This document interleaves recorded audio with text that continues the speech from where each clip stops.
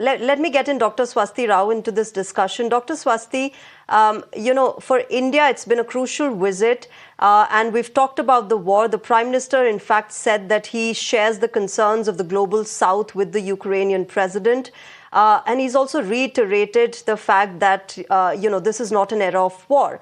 But just the fact that this entire visit also reflects India's strategic autonomy, its neutrality, so to say, which the Prime Minister said that we're not being neutral, we've been on the side of peace. But clearly, it's been, a successful diplomatic tightrope that India has been walking since 2022 and still sustains it.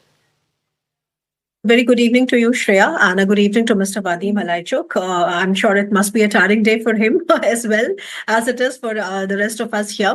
Well, yes, so a couple of things. The first thing is about India's neutrality.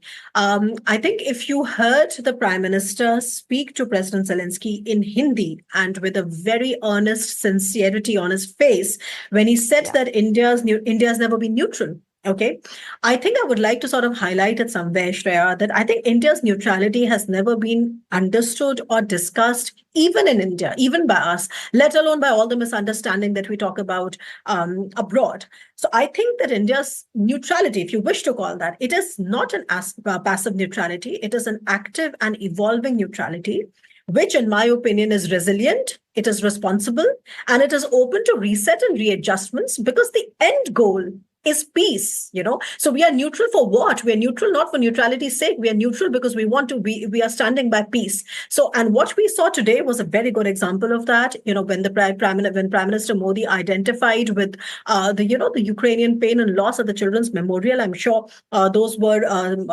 visuals that were tweeted and posted again and again by the Prime Minister's office and by MEA. One could see that India is not a passive or a disinterested player.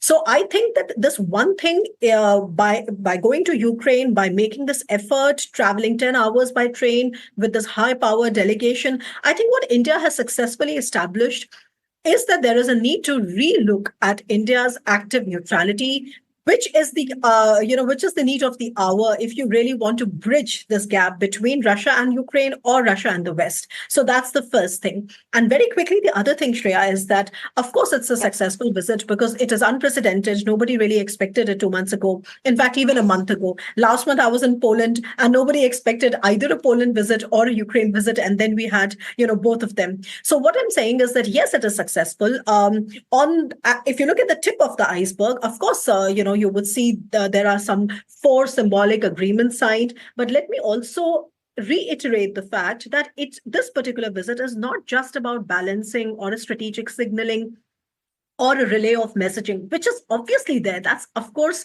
one of the most important reasons. But please, let's take a few moments to acknowledge that Ukraine is also very important for India's own national interests, because I think Vadim was making that point that not many people know that the military-industrial cooperation between India and Ukraine actually is very old. I mean, we keep talking about precisely the defense cooperation, and there are 3 main Ukrainian companies. One is Zoria, one is Motorsich, and one is the Antonov Design Bureau, which are basically the companies from where we get our gas turbine engines for all our frontline warships of the Navy. We also get the engines for our aircraft, including the Russian helicopters, etc., especially of the older generation. And these are things without which we cannot do. So basically what I'm trying to say is that, yes, there is a strategic signaling and balancing and all of that, and neutrality and bringing the war to an end. That is one vertical. The other vertical is it is India's interest to have a bilateral, independent approach and ties with Ukraine, and this is what you see in somewhere the quintessence of the joint statement as well, which is pretty comprehensive, considering that it's the first one. Yeah.